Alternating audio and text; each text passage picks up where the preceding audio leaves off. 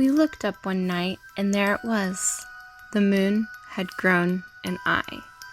Scientists could only tell us one thing, something we already knew. It was massive, thousands of kilometers across.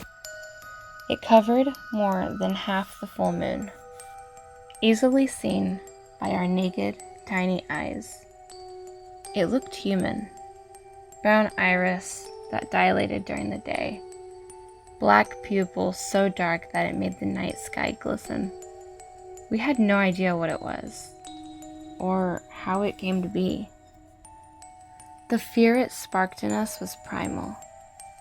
It was the same feeling our ancestors must have felt when they still lived in the plains.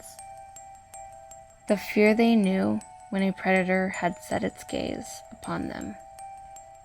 The only difference between us and our ancestors, however, was that we had nowhere to run, nowhere to hide.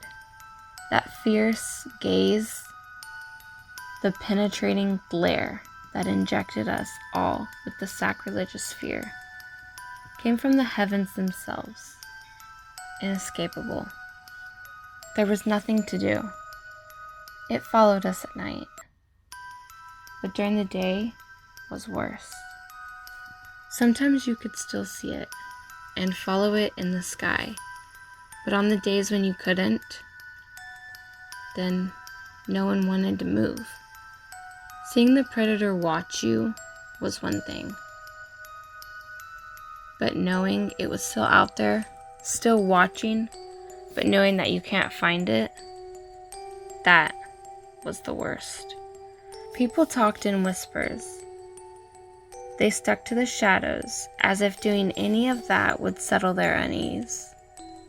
Even though NASA launched probes only days after it appeared, no good came of it. Nothing was discovered, because by the time most of our probes landed, the unthinkable had happened. The eye had vanished. It was if it had never existed. The moon returned to how it had been before. Irregular, barren, lifeless. The only evidence that the eye had ever even existed were the pictures and videos we had all taken.